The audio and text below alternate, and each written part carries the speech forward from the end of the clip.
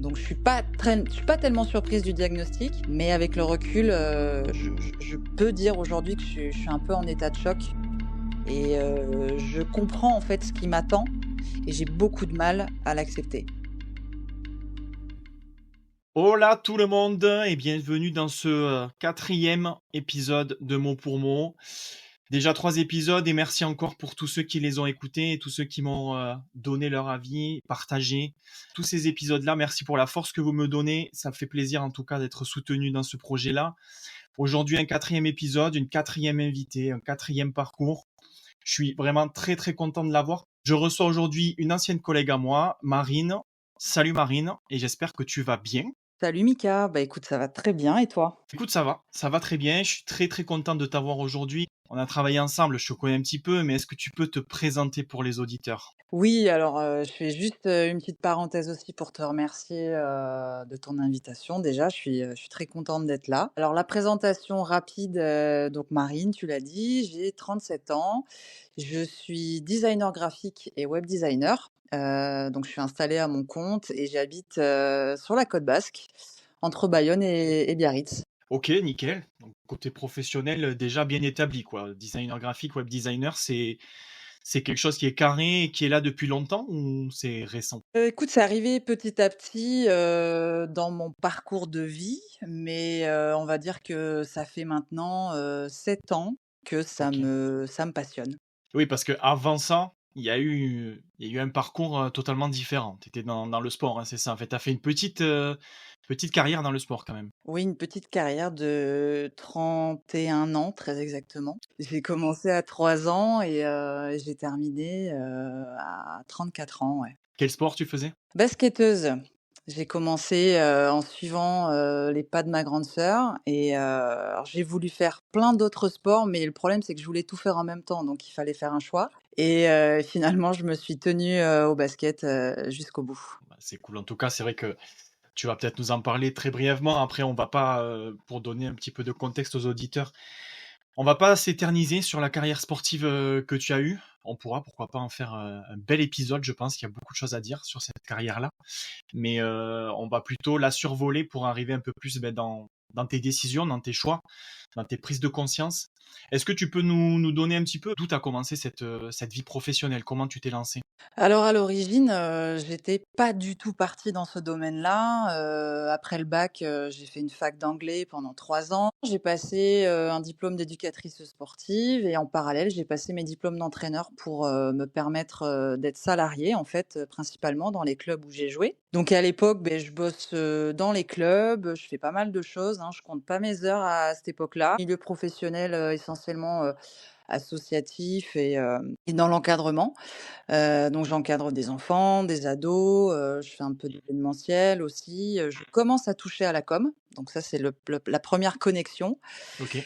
et en fait, bah, j'ai beaucoup de liberté et en même temps, je suis quand même la tête dans le guidon, toute l'année parce que je passe ma vie dans les gymnases, je travaille tous les week-ends, mais je vis de ma passion et à ce moment-là, vraiment, je me vois pas faire autre chose.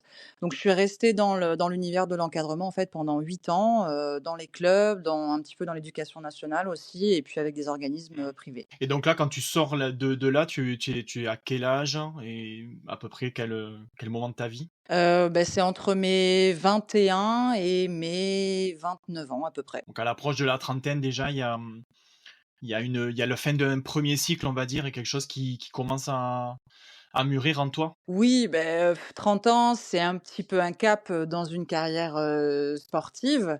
Il y a un peu l'avant 30 ans et l'après 30 ans, on va dire.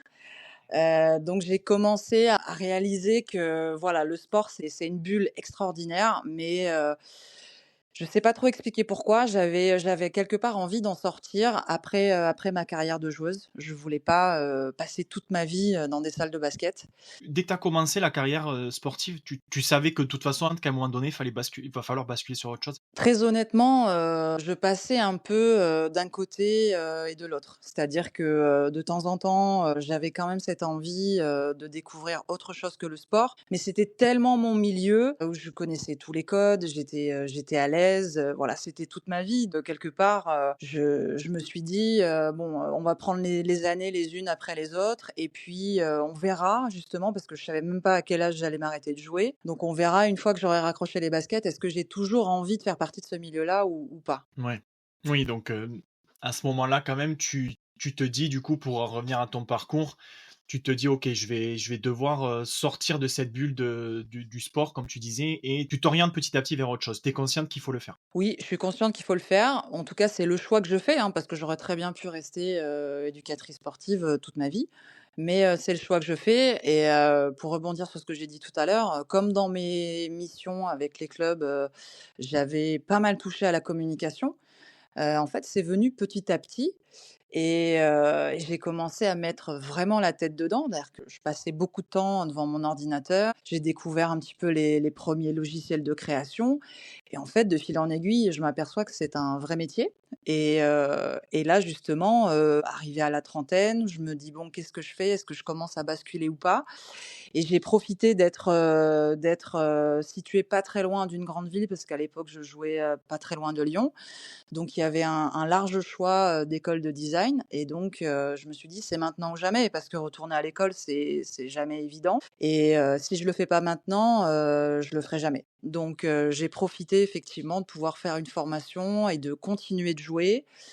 Alors ça a été un peu, le rush au niveau de l'emploi du temps, je te cache pas, mais bon, je me suis accrochée parce que de toute façon, j'étais passionnée par ce que je venais de découvrir et j'avais vraiment envie, d'avoir l'esprit tranquille et de pouvoir finir ma carrière et de me dire: «Bon, bah, après, je sais que j'ai quelque chose et quelque chose qui me plaît, pas par défaut». Oui, bien sûr, et du coup, à ce moment-là, tu vas passer, un diplôme en alternance, c'est ça? Ouais, c'est ça. Je vais passer un diplôme en alternance et donc là, je vais bosser dans une entreprise, à côté, une imprimerie et là, j'arrive vraiment dans le milieu professionnel, on va dire un petit peu plus traditionnel. Donc là, je vais apprendre les codes, de l'entreprise, même si je les avais déjà un petit peu, fréquentés sur des jobs d'été, choses comme ça, mais là, c'est totalement différent. Donc c'est un changement, d'univers assez brutal, on va dire. Ouais, c'est ce que j'allais te dire, auparavant, tu l'avais pas forcément vécu, comme tu disais. Tu étais consciente de ce «gap» entre guillemets, avant d'y aller? J'étais consciente et je le cherchais, en fait. Je le cherchais. Je ne sais pas trop pourquoi, mais j'avais besoin, de découvrir ce monde-là, et en fait, même si, ça a été assez brutal et en plus, je suis tombée, voilà, dans une boîte où vraiment on était dans un management, à l'ancienne, très vertical avec, tous les salariés au garde à vous, tu vois? C'était pas l'ambiance, start-up, hein, c'était vraiment, l'entreprise, un petit peu «à l'ancienne» entre guillemets. Mais ça a bougé un peu les lignes, ça m'a montré d'autres choses et le sport m'a beaucoup aidée à m'adapter parce qu'on a une telle rigueur, quand on fait du sport que justement, quand il faut se fondre dans une entreprise, ça aide quand même, beaucoup. Ouais, l'esprit d'équipe et tout ça, c'est ça qui t'a aidé? Travailler en équipe, avoir des Alors objectifs? l'esprit d'équipe, on peut pas dire que j'en avais beaucoup autour de moi à cette époque-là, mais le fait de ouais, de devoir, respecter, la hiérarchie, toutes ces choses-là et puis tout simplement la rigueur du travail parce que là, on parle pas de gagner des matchs ou de gagner des championnats. On parle de faire rentrer de l'argent dans une entreprise, acquérir des clients, donc c'est un autre challenge. Oui, tout à fait, ouais, et tu as dû t'adapter, tu as réussi à t'adapter grâce, du coup, à ce que tu avais vécu auparavant dans ta carrière sportive et dans ton Mmh, adolescence, ouais. et du coup, ce diplôme, tu le valides? Ouais, je valide mon diplôme, donc à ce moment-là, pour faire juste un petit état des lieux, dans ma tête, c'est très clair, hein. J'ai 31 ans quand je valide le diplôme, donc quasiment, ouais, quasiment 32.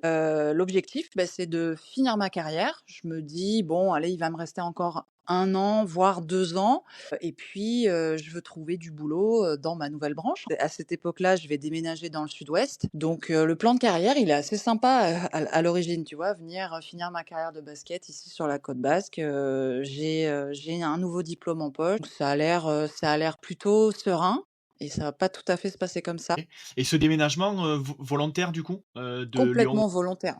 Région, choisie, alors c'était soit le sud-est, soit le sud-ouest, mais de toute façon, fallait qu'il y ait sud, quelque part. Lyon, c'est pas le sud. Non, ben non, non, non, Lyon, c'est pas le sud. Enfin, ça dépend à partir d'où tu regardes, mais Lyon, c'est pas encore tout à fait le sud. Ça commence à sentir bon quand tu passes Lyon, mais il faut encore faire, quelques kilomètres. Du coup, tu arrives dans le Pays basque et comment se passent les choses à ce moment-là pour toi? Bien, pas du tout comme prévu, ce que je disais tout à l'heure. Donc là, en fait, j'arrive, je m'installe et puis je trouve pas du boulot, dans ce nouveau secteur, dans la communication, dans le design et puis, ma vie personnelle, va aussi beaucoup bouger. J'ai une séparation à ce moment-là, après une longue relation. Donc les choses vont assez vite s'accélérer, en fait et je me retrouve à devoir trouver, un appart, un boulot, tout ça un petit peu dans l'urgence. Donc je me dis: «Bon, il faut que je trouve un boulot quel qu'il soit» et là, à ce moment-là, j'ai une amie qui me parle, d'un magasin de sport qui cherche, souvent du monde, donc je vais poser mon CV et en même temps, je crée ma boîte aussi. Disons que je dépose je prends un numéro de SIRET très exactement parce que j'ai pas franchement de business plan à cette époque-là. Mais je me dis: «Bah, pourquoi pas faire les 2 en même temps?» et alors c'est là qu'on va qu'on va se rencontrer, Mika, puisque c'est toi qui vas me faire passer l'entretien, dans ce magasin et puis finalement je suis embauchée, quelques jours plus tard. Donc ce qui me permet de reprendre un petit peu pied, dans ma vie et finalement, bah, je vais rester, plus de 2 ans et demi dans ce magasin donc ça a été, imprévu mais je m'en suis pas trop mal sortie à l'époque. Oui, non, c'est vrai qu'au final, tu as quand même dû basculer rapidement. Il y a eu beaucoup de choses qui ont changé, du coup, entre le déménagement de Lyon à Bayonne, toute ta vie perso, effectivement, qui vient à être chamboulée, tes plans qui sont un petit peu chamboulés, tu dois trouver un travail. Effectivement, tu arrives dans un nouveau milieu professionnel. Et du coup, cette aventure, elle va durer à peu près 2 ans et demi, c'est ça? À peu près. Beaucoup de rebondissements. Quand j'arrive, je connais pas du tout, le métier. Vraiment, j'y connaissais rien. Mais, moi, j'étais plutôt habituée à acheter des fringues et des baskets plutôt que les vendre. Mais en fait, je l'ai pris comme une opportunité. Je me suis dit: «Bon, te mets pas de pression». J'étais contente quand même d'avoir décroché, le poste, assez rapidement, sans expérience. Et puis de bosser pour une très grande marque aussi. Mais bosser dans un environnement comme ça, je me suis dit: «Bah, ouvre les yeux, tu vas voir un peu les coulisses de tout ça, apprends et puis, nourris-toi en fait, de tout ce que tu vas découvrir». Oui, tu ouverte quand même à tenter, à oser et à entreprendre, à ce moment-là. Ça commence vraiment même si tu l'as déjà fait avant, ça se concrétise un peu avec la création de ta micro-entreprise, de devoir rebondir face à l'imprévu, dès tous ces changements-là, quoi. Oui, j'ai pris ça, comme un challenge. J'avais, le choix sans avoir le choix, en fait. Disons que soit je coulais complètement et puis je m'apitoyais sur mon sort, en me disant: «Voilà, il y a rien qui va, c'est la cata». Et puis je continuais de m'entêter, alors qu'il y avait pas d'offre d'emploi à cette époque-là dans ma branche.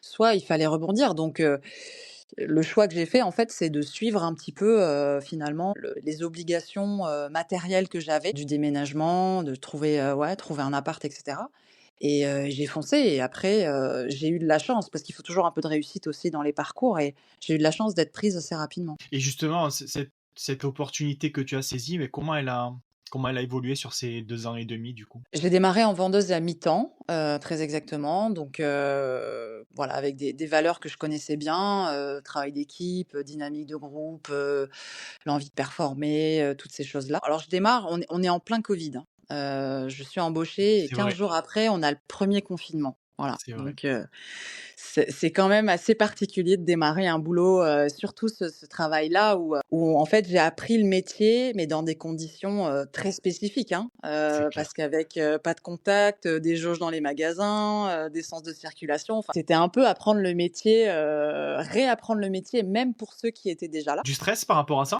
Parce que c'était une situation très particulière, encore un autre imprévu auquel tu dois t'adapter quand même. Même si tu sais que tu es recruté pendant la période de Covid, quand on réouvre la première fois, c'est la première fois qu'on est confiné, donc tout est nouveau, quoi. Alors, je suis pas tellement stressée parce qu'en fait, on est tous dans la même situation finalement. Évidemment, moi, j'ai pas encore les acquis, sur le service client, sur, tout ça. Mais bon, je me retrouve, un peu sur la même ligne de départ que tout le monde. Parce que, alors, il faut quand même aussi savoir qu'on a beaucoup bossé, pendant le confinement, hein, souviens-toi, on n'était pas livrés à nous-mêmes. Donc finalement, j'avais quand même réussi à acquérir, le minimum de connaissances qu'il fallait sur les produits, et puis connaître aussi un petit peu mes collègues quand même. Et après le reste, on était beaucoup finalement à devoir, composer avec les nouvelles règles. Donc non, ça m'a pas forcément, stressée. Et puis, je te cache pas aussi que bon, le confinement, c'était quand même particulier donc reprendre un peu de vie, ça a fait du bien à tout le monde. Oui, au bout d'un moment, on en avait effectivement besoin, je pense. Cette, expérience de vendeuse, elle va découler sur quelque chose de plus grand, on va dire, au final. Oui, alors déjà, il y a une première évolution, c'est que je vais passer à plein temps, quelques mois plus tard, donc ça, c'est la première évolution. Et là, en fait, 1 an après, à peu près, j'ai une collègue, manager qui quitte le magasin, qui démissionne et on va me proposer, son poste. Là, on est pour resituer, on est fin 2021. Le covid, c'est derrière nous. Moi, j'ai démarré une dernière saison de basket parce que c'est décidé, ce sera la dernière, sachant que pendant les années covid, on avait des saisons qui commençaient et qui ne se terminaient pas. Donc on espère faire une saison complète. Donc là, j'arrive, sur un double challenge, faire une saison complète. Pour la petite anecdote, j'ai quand même, 33 ans à l'époque. Voilà, je suis plus, j'ai plus ma santé, de 20 ans et bosser dans le magasin en tant que manager, avec une très longue période d'essai et de nouvelles responsabilités, des horaires qui sont pas franchement super compatibles, hein, quand tu fais du sport, régulièrement, on va dire. Donc c'est un gros, gros challenge. Tu retrouvais, des similitudes entre, ce que tu vivais, et ce que tu as vécu, dans le sport et ce poste de manager? Oui, il y avait des similitudes. Déjà la première, c'est vraiment l'idée de transmettre. Ça, c'est un truc qui m'a quand même toujours portée puisque bah, j'ai été dans l'encadrement, mais là, c'était un niveau différent parce qu'on parlait business, hein. J'étais pas sur un terrain de basket ou dans une cour d'école. Donc là, il y avait quand même des ingrédients qui étaient nouveaux, mais ce côté, manager une équipe, faire évoluer les gens, essayer de déceler les profils, tout ça, c'était vraiment des choses, qui me parlaient. C'est d'ailleurs pour ça que j'ai pas vraiment hésité quand on m'a proposé le poste, parce que, c'était une évolution et c'était finalement, aller vers quelque chose qui m'avait déjà animée, quand j'étais plus jeune, ouais. Et la suite, malheureusement, ça n'a pas été aussi beau, sur toute cette carrière, disons, que tu as démarré, dans cette entreprise. Ça partait très bien, mais tu as fait face à des difficultés, quoi, sur la suite. Quelques mois après avoir, pris ce poste, en fait, il y a du mouvement un petit peu au sein de la direction du magasin et c'est vrai que les choses là, elles vont basculer, en l'espace de 3 mois à peu près. Donc on a un management qui va quand même radicalement changer. Dans l'équipe de vente, ça va commencer un petit peu à se tendre. Quand tu dis le management qui change, c'est quoi? C'est qu'est-ce qui tu passes de quoi à quoi? Tu passes d'un management où, tu te sens épaulé, à un management où tu te sens jugé.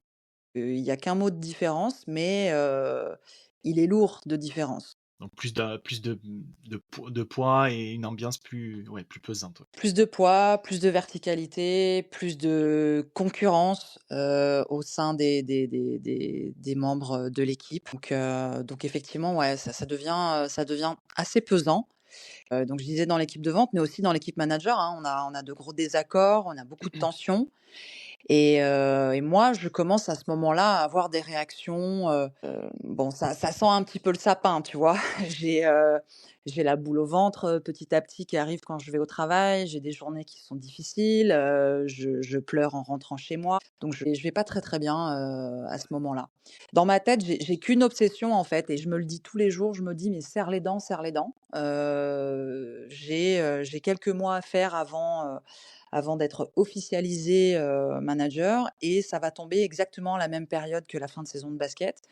Donc je me dis: «Bah, tu as quelques mois à faire», enfin il y avait 5 mois à tenir, donc te plains pas, encaisse tout ce qui se passe, et puis c'est une mise à l'épreuve. Je le vivais comme une mise à l'épreuve, donc il était hors de question que je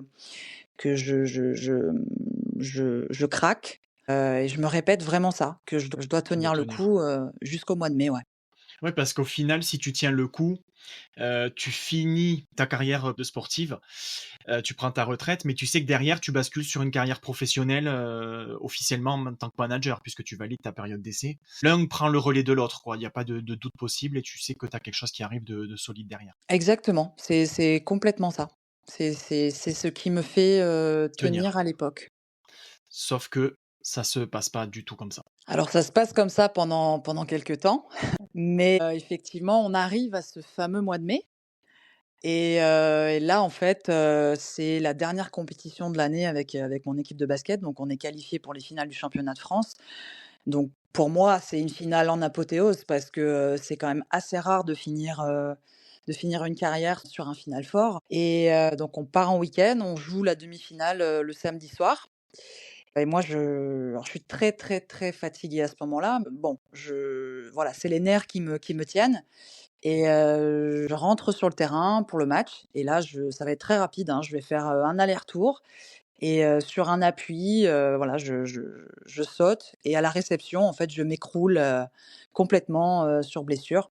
Donc quand je retombe, je sens vraiment mon genou qui se dérobe, complètement et je sens tout mon corps qui me lâche.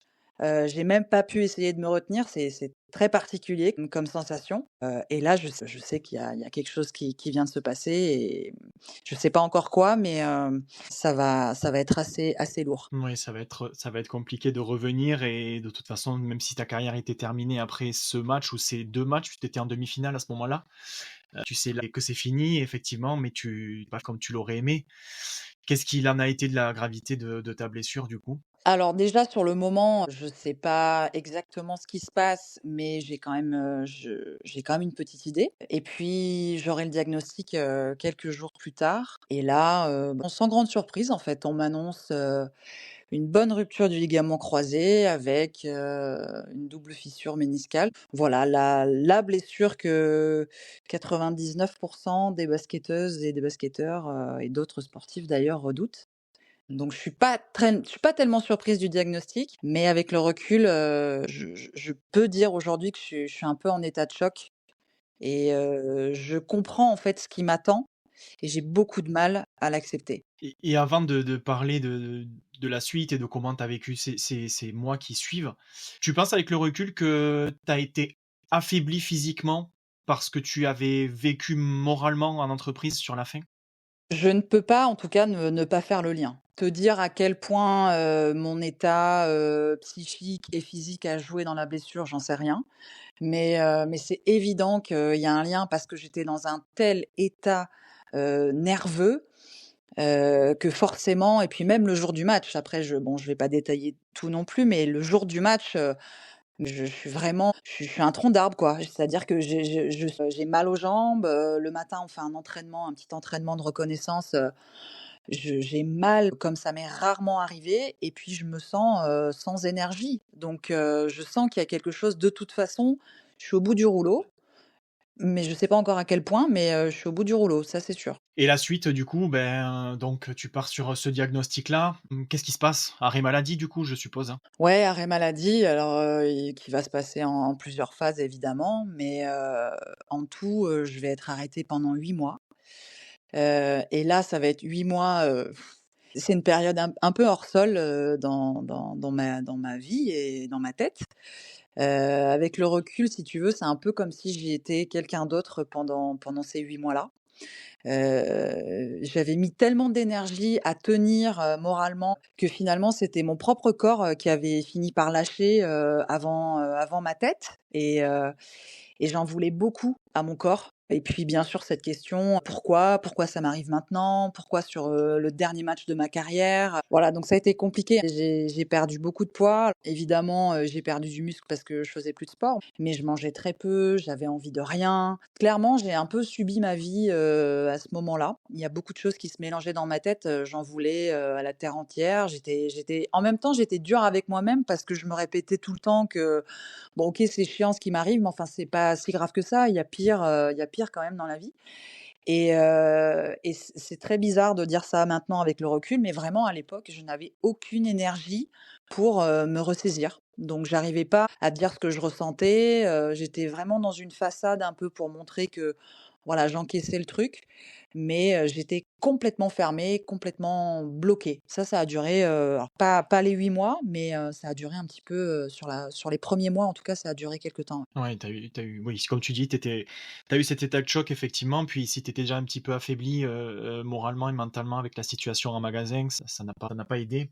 Quelles étaient les attentes du coup à ce moment-là de ta vie par rapport au soutien en fait, tes amis, tes collègues de travail qui étaient «nouveaux» entre guillemets, enfin et puis, beh, tes collègues de sport aussi, de club ou ta famille? Alors, mes collègues de travail, au début, j'ai culpabilisé, tu vois? Tellement j'étais, un peu, matrixée, par ce qui se passait, j'ai culpabilisé, en fait, vis-à-vis de mes collègues parce que je savais que j'allais devoir être arrêtée assez longtemps et j'avais peur de leur réaction et j'ai fini par me détacher quand même de ça parce que, bon, déjà, j'y étais pour rien, puis bon, la première personne, que ça impactait, c'était quand même moi. Donc en fait, mes collègues, beh, j'ai gardé des liens avec ceux, dont j'étais proche et qui étaient d'ailleurs, un peu plus que des collègues, hein, c'était des amis et je leur ai pas demandé, grand-chose, mais ils ont été, très, très présents, comme mon équipe, comme mes amis, qui ont été extrêmement importants. Ils m'ont sorti d'un espèce d'isolement à un moment donné dans lequel j'ai failli, rentrer et ils m'ont aidé quelque part à relativiser un petit peu ce qui se passait.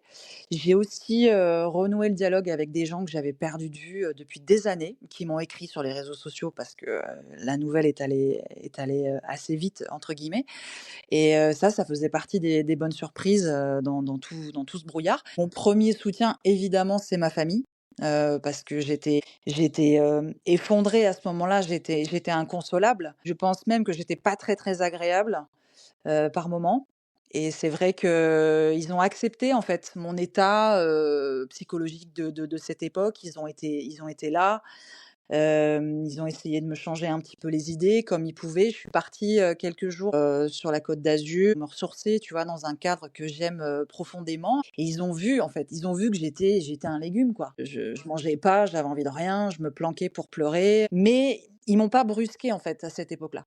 Ils m'ont dit: «On est là, tu parleras quand tu as envie de parler et en fait, on va t'accompagner jusqu'au bout». Donc ma famille, c'est mon premier souffle à ce moment-là. Tu avais cette crainte d'être un peu avec cette culpabilité dont tu parlais tout à l'heure. Déjà que ça c'est souvent comme ça quand on est en arrêt maladie en tant que manager ou autre, on a cette culpabilité de délaisser l'équipe.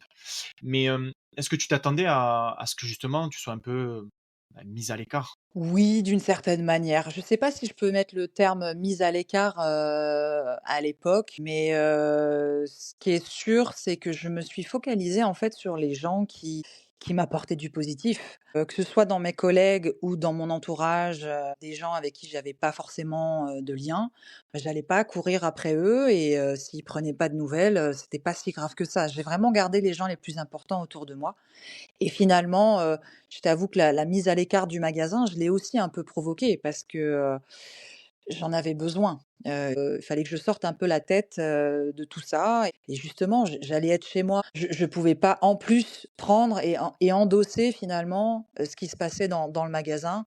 Il fallait vraiment que je me concentre, sur moi et puis j'étais pas en état, je pense tout simplement aussi à l'époque, m'occuper des gens avec qui j'avais des tensions, non, dans ces cas-là, la vie, elle fait le tri, hein. Oui, tu as été accompagné par, certaines personnes du coup à ce moment-là, ta famille, tout ton entourage et aussi par certaines personnes du coup sur le côté professionnel. Certains ont été là pour toi, mais cette période du coup va continuer au niveau des mois. À un moment donné, beh, qu'est-ce que tu fais, La première grande décision, que j'ai prise, qui m'a été justement un peu soufflée aussi, par ma famille, c'était de me faire accompagner, en fait, par quelqu'un. Parce que, j'étais incapable d'exprimer, mes émotions et j'avais, cette culpabilité justement de les exprimer. Parce que encore une fois, c'était juste une blessure. Mais j'avais vraiment besoin de parler à quelqu'un de neutre. Donc ça n'a pas été une décision hyper facile à prendre, hein, mais je l'ai fait, un peu sur un coup de tête, on va dire et au départ, je vais la voir, bah, pour parler de ça, pour parler de ma fin de carrière, de ce qui se passe et en me disant, «Bon allez, il faudra quelques séances et puis ça va me rebooster», tu vois? Et en fait, bah, plus le temps a avancé et là, je suis rentrée un peu dans le dur, on va dire, de ce genre de travail, personnel. Donc elle m'a fait ouvrir les yeux sur beaucoup de choses. J'ai pris conscience que le travail, il devait aller, beaucoup plus loin. Et au lieu de parler, uniquement, de cette blessure, je suis allée vraiment retourner un peu, mon cerveau, mes souvenirs, parce que clairement, il y a une petite musique qui commençait à monter et je me disais: «Mais c'est bon là, le choc il est passé. Maintenant qu'est-ce que je vais faire de tout ça? Comment est-ce que je peux tirer du positif de tout ça?» Donc c'était le moyen quelque part de prendre un nouveau départ. Je savais pas encore du tout, quelle tête il allait prendre ce nouveau départ, enfin quelle tête il allait avoir. Mais parce que pendant longtemps le plan c'était de me faire opérer, commencer ma rééduc, et puis revenir dans mon boulot, tu vois? Il y avait pas de remise en question à ce point-là. Mais c'est monté petit à petit et en fait la première prise de conscience que je prends réellement, c'est de me dire que même si mon expérience dans la vente et dans le magasin, m'a beaucoup apporté au début, déjà la tournure qu'avaient pris les choses m'avait quand même énormément déçue, et tout simplement prendre conscience que c'est pas ça qui me faisait vibrer, tu vois? C'est pas ça qui me faisait vibrer. Tu vas petit à petit revenir un peu à, à tes débuts, quoi. Revenir à mes débuts et puis, j'en avais tellement bavé pour avoir ce diplôme parce que ça a pas été facile de mener les 2 de front, à l'époque, et puis ça me plaisait tellement, je me suis dit: «Mais c'est pas possible en fait, je peux pas passer ma vie à me demander: "Et si j'avais essayé? Et si j'avais, et pourquoi j'ai pas"?» Tu vois? Non, ces questions-là, c'est bon, là, c'était fini. Donc tout ça, c'est venu en grande partie, avec le travail, avec la professionnelle. Je pense que j'aurais pas fait ce cheminement-là toute seule. Et ensuite, effectivement, il s'est posé la question, bon, c'est bien, j'ai fait un premier constat, mais maintenant, qu'est-ce que j'en fais? Et quel type d'emploi globalement, pour être très concrète, hein, qu'est-ce que je vais faire? C'est bien, je veux faire du design et cetera, mais comment je le mets en pratique? Et l'idée de me lancer toute seule, elle m'a un petit peu traversé l'esprit, mais ça me faisait très, très peur à ce moment-là. Franchement, je pensais pas avoir les épaules, pour ça, tu vois? Et puis honnêtement, bon, ma vie, c'était un peu un Ironman, tu vois? J'avais fini un marathon et il fallait encore, que je grimpe une montagne. Donc je me disais, «Il y a peut-être des solutions, intermédiaires». Encore une fois, il y a quelques semaines qui vont se passer, ma rééducation va se passer aussi. Jusqu'à ce moment-là, je me laisse à peu près tranquille et je me dis: «C'est pas le moment de prendre une décision». Je suis partie 3 semaines en centre, de rééducation. Et les rééducs, de genoux, c'est long.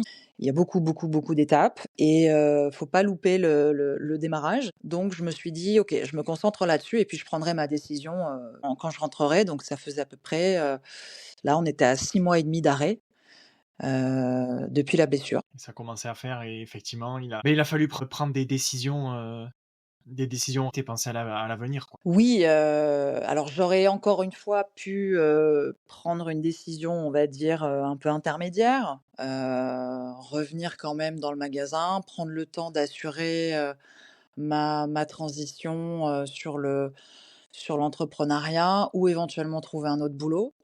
Mais, bon là, je pense que ma nature est revenue au galop et autant je suis quelqu'un qui peut prendre du temps pour faire un choix, pour prendre une décision, mais quand je la prends, généralement, c'est noir ou blanc, quoi. Il y a rarement de zone grise et là, pour le coup, j'ai eu quelques déclics et j'ai fini par trouver une motivation, mais même plus qu'une motivation, un vrai but, comme un challenge sportif à l'époque, et je me suis dit: «OK, là, je renverse la table, quoi. Je vais sortir de toutes mes zones de confort, tant pis, mais il faut que ça bouge. Il faut que ça bouge. Je peux plus être dans l'entre-deux, il faut que ça bouge et si l'entrepreneuriat, c'est la seule solution, et ben, il faut y aller, faut pas y aller, à moitié, quoi. Faut y aller, vraiment». Oui, tu as foncé et comme tu sembles le dire, c'est en gros, il y a eu une Marine, avant la blessure et il y a eu une Marine après cette blessure-là. Oui, exactement. La blessure,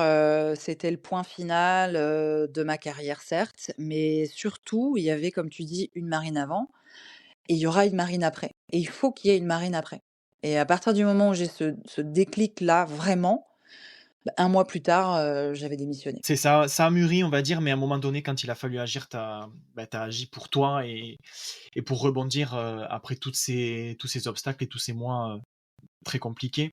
Comment elle se fait cette transition du coup vers le design, ce retour, au design même? Alors elle se fait en 2 étapes. Déjà, j'ai bossé quand même, j'ai posé ma démission et j'ai repris une mission, de 3 mois, dans un autre magasin pour une autre marque, alors dans un autre, univers, pour faire un petit peu quand même la transition. À cette époque-là, j'ai fait des rencontres, formidables, des gens, issus justement un peu de l'univers créatif, un petit peu artistique. J'ai retrouvé de l'énergie comme quoi, quand on dit que rien n'arrive par hasard, c'était vrai pour le coup et j'ai décroché en même temps quelques projets. Dès le mois de juin 2023, en fait, j'étais, officiellement à 100 à mon compte et en fait, ça s'est fait de manière assez fluide, un peu plus que ce que j'imaginais en tout cas. Comment tu l'imaginais et au final, quelle a été la réalité? Alors l'imaginer, c'était compliqué, hein, parce que, j'entendais beaucoup de choses sur l'entrepreneuriat. Ce qui est sûr, c'est que justement les gens que j'ai rencontrés là pendant cette courte période, ils m'ont donné, heu, ils m'ont donné un aperçu assez réel avec, des retours d'expérience qui étaient assez réels sur ce que ça pouvait être et pour moi la plus grande difficulté c'était que de sortir en fait de toutes mes zones de confort et presque en même temps. Et je continue encore aujourd'hui à franchir des caps. Le plus dur, c'est vraiment l'incertitude, contrairement au salariat. Il faut adapter son mode de vie, tu quand même beaucoup de doutes. On n'a plus un salaire qui tombe tous les mois, hein, donc c'est aussi des doutes, très très pragmatiques, et puis se retrouver seul à la barre, ça aussi c'est très, très nouveau. Alors bien sûr que on peut être accompagné, il y a plein de choses aujourd'hui, il y a plein de structures pour accompagner, les gens qui se lancent, tu vois? Mais on est quand même, le seul capitaine, sur le bateau et au début, c'est assez déstabilisant. Surtout pour moi qui finalement avait toujours évolué, au sein d'un groupe, d'une équipe, de par mes expériences et là, je me retrouvais finalement, vraiment, toute seule. Donc ça au début, ouais, il faut l'encaisser quand même. On n'est pas forcément dans le cliché de l'entrepreneuriat, tu vois? Où tout ce qu'on peut dire, c'est super, on a de la liberté, on bosse quand on veut, on peut travailler d'où on veut, oui, c'est une réalité. Il faut quand même mettre, des choses en place et il faut s'accrocher parce que c'est un mode de vie à part, vraiment. Et à quel moment tu as su que c'était le bon choix que tu avais fait? C'est venu, il y a eu plusieurs choses. De savoir que j'étais revenue dans le design, je l'ai su, tout de suite, en fait. Parce que là, pour le coup, c'est un boulot qui me fait vibrer, tout simplement et ça ne s'explique pas et justement pour supporter, et pour encaisser la vie tumultueuse de l'entrepreneuriat, si tu aimes pas ce que tu fais, c'est pas la peine. Déjà, la première chose, c'est ça, c'est de retrouver goût, et de retrouver quelque chose qui me fait vraiment vibrer. Et puis après, par rapport à mon ancien boulot, c'est un peu le destin qui m'a réagir parce que j'ai su que l'ambiance du magasin, elle avait continué de se dégrader. Il y a j'ai d'autres collègues qui ont bien morflé aussi après mon départ, il y a des gens qui ont vécu un petit peu la même situation que «moi» entre guillemets, avec, des conditions différentes, mais finalement, ce dont j'avais culpabilisé en me disant que à l'époque, j'avais peut-être manqué un petit peu de force, morale et cetera. Et en fait, c'est arrivé à des gens, dont je soupçonnais même pas que ça puisse leur arriver. Donc ce qui prouvait quand même qu'il y avait une ambiance de travail qui était nocive et qu'il fallait avoir le courage de partir parce que ça m'a quand même demandé, et ça a demandé aux autres personnes que je connais, ça a demandé quand même du cran. Mais déjà de me dire, que ce que je fais, j'aime par-dessus tout mon travail et qu'en plus de ça, derrière moi, j'ai finalement quitté une situation qui ne s'est pas améliorée, forcément ça confirmait mon choix et puis Je peux pas m'empêcher de te dire, même si ça je veux pas avoir des grandes phrases ou quoi, mais je suis pas la même personne qu'il y a 3 ans, avant ma blessure, enfin quand ma blessure arrive en tout cas. Je suis pas du tout la même personne. Donc j'ai choisi depuis d'affronter, presque tout ce qui me faisait peur, ce que j'aurais probablement pas fait si j'étais retournée dans mon job. Donc je suis bien plus en accord aujourd'hui avec, qui je suis maintenant. Et ça, c'est clair que je l'ai gagné en étant à mon compte, en traversant tout ça, en faisant ces choix-là et je pense que je serais passée à côté, ou en tout cas, ce serait arrivé bien plus tard, si j'étais restée dans ma situation. Tu sais, un jour, il y a quelqu'un qui m'a dit, «Mika, prends la montgolfière» et pour pas te citer, c'est toi. Avec, cette montgolfière-là, maintenant on est en 2025, tu prends de la hauteur. Comment tu analyses tout ça? Qu'est-ce que tu en retiens? De quoi tu es fier dans tout ça? Et qu'est-ce que tu aurais peut-être fait différemment? Ce dont je suis, la plus fière, en fait, c'est d'avoir réussi, à transformer quelque chose de négatif en positif. Et je pense que c'est vraiment une des premières fois où ça m'arrive à ce point, dans ma vie. C'est-à-dire qu'habituellement, les périodes difficiles, les moments douloureux et cetera, comme on en vit, tous, bon, bah, j'avais un petit peu tendance à les mettre, tu vois, je les rangeais dans un tiroir et puis j'attendais que le temps, fasse son travail et je passais doucement à autre chose. Mais est-ce que vraiment j'arrivais à en tirer du positif? Ça, c'était un peu différent. Là, aujourd'hui, clairement, ce qui s'est passé, ça m'a vraiment, secouée. Alors, c'était pas hyper agréable, hein, ça a été un mal pour un bien, mais justement, j'en ai fait un bien et ça, c'est quelque chose dont je suis fière. Qu'est-ce que je ferais différemment? Je pense que j'ai envie de te dire rien, parce que c'est toujours Tu as l'air de facile. croire au destin. Je te Pour moi, c'est enfin de tout ce que tu dis, il y a ce côté, même si la blessure a été un moment de ta vie où tu l'avais pas prévu, si toutes les choses qui sont arrivées n'étaient forcément pas prévues, il fallait que ça soit comme ça, pour que tu sois qui tu es aujourd'hui. Je pense que là, c'est Marine, aujourd'hui qui parle. Parce que Marine, il y a 3 ans, elle t'aurait dit: «Ouh là là, mais oui, j'ai regretté plein de choses, j'aurais pas dû faire comme ci, j'aurais pas dû faire comme ça», Seulement, entre-temps, j'ai énormément, énormément travaillé sur moi et à partir du moment où tu expliques les choses, où tu es en capacité de comprendre, alors tu peux pas comprendre tout ce qui s'est passé dans le détail, mais quand tu comprends ce qui s'est passé, tu te rends compte que les choix que tu as faits, y compris les mauvais, tu les as faits, parce que c'était comme ça, parce qu'il fallait que tu les fasses comme ça et parce que, à ce moment-là, j'étais dans un état, bien sûr que j'aurais peut-être pu faire différemment à l'époque dans mon boulot, et plutôt que d'attendre, de finalement, de péter sur le terrain, comme du verre là, comme ça, j'aurais peut-être pu déclencher des discussions plus tôt, j'aurais peut-être pu, faire différemment au lieu de m'entêter à vouloir encaisser, encaisser, j'aurais peut-être pu faire différemment. Mais si je l'ai fait à l'époque, c'est parce que émotionnellement, je pouvais pas faire autrement. Alors c'est pas des excuses, hein, parce que encore une fois, c'était pas le bon choix et j'assume que c'était pas le bon choix. Mais vraiment en comprenant les choses, ça me permet aujourd'hui de me dire: «Ben voilà, c'est fait Marine. Donc maintenant, qu'est-ce que tu en fais?» Plutôt que de me demander: «Est-ce que j'aurais pu faire autrement?» Oui, j'aurais pu faire autrement, mais je vais pas revenir en arrière. Donc comprendre, c'est tellement mieux que de regretter et pour ça, il faut faire un peu de chemin, hein, bien sûr, mais ça fait tellement du bien de comprendre. Des remords peut-être, des regrets, non. En tout cas, c'est une belle phrase, finale, on va dire. Marine, il nous reste, 2-3 minutes. Si tu as vraiment un conseil, qui te tient à cœur et que tu veux transmettre, c'est, c'est lequel? Un conseil, c'est trop compliqué à donner parce que chaque situation est différente, et puis, en fait, il y a pas de baguette magique malheureusement. Mais c'est des choses très simples et rester entouré le plus possible et le mieux possible surtout parce que c'est pas tellement la quantité, mais c'est la qualité de son entourage qui compte.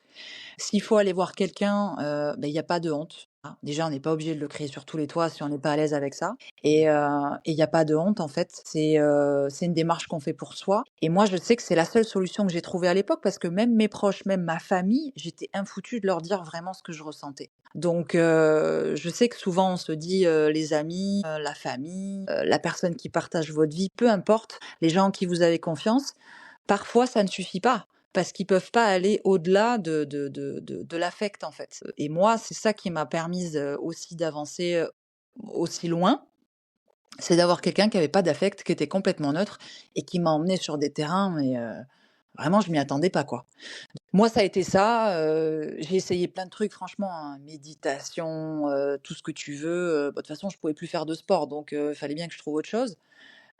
Moi, c'est ça qui m'a permise d'avancer. Ça peut être ça, ça peut être d'autres choses, mais il faut que les choses, elles sortent. Voilà, peu importe et puis encore une fois, chacun va à son rythme, moi j'ai pris des décisions radicales, mais tout le monde n'est pas obligé de faire ça. On entend souvent cette phrase, hein: «C'est pas en faisant la même chose qu'on obtient des résultats différents». Alors, ça fait un peu phrase, d'Instagram, mais c'est vrai. Si tu bouges pas, il y a rien qui va bouger. Donc il faut prendre le temps pour bouger, mais à un moment donné, ça passe par là, forcément, au rythme où on a besoin de le faire. Mais on a que du positif. On sait jamais quand on est prêt, on n'est jamais prêt à 100. Voilà, tout ça, c'est vrai mais c'est pas facile, hein. Quand on est la tête, dans le seau, c'est la dernière chose qu'on a envie d'entendre. C'est pour ça que je dis: «Il faut être patient envers soi-même», parce qu'il y a un temps pour tout. Il y a un temps pour encaisser, il y a un temps pour être en colère, il y a un temps pour être complètement à l'ouest, à côté de ses pompes et puis, il y a un moment donné où il faut, enclencher des choses. Même si on sait pas où ça va mener, je pense que c'est bien déjà.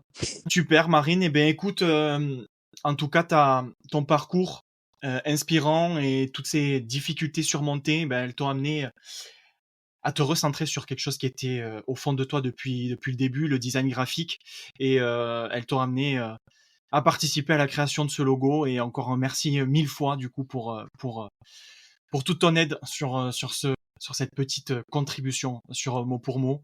Avec grand plaisir. On te retrouvera potentiellement prochainement pour parler un peu plus de ta carrière de sport. Si ça intéresse les auditeurs, n'hésitez pas à nous le dire.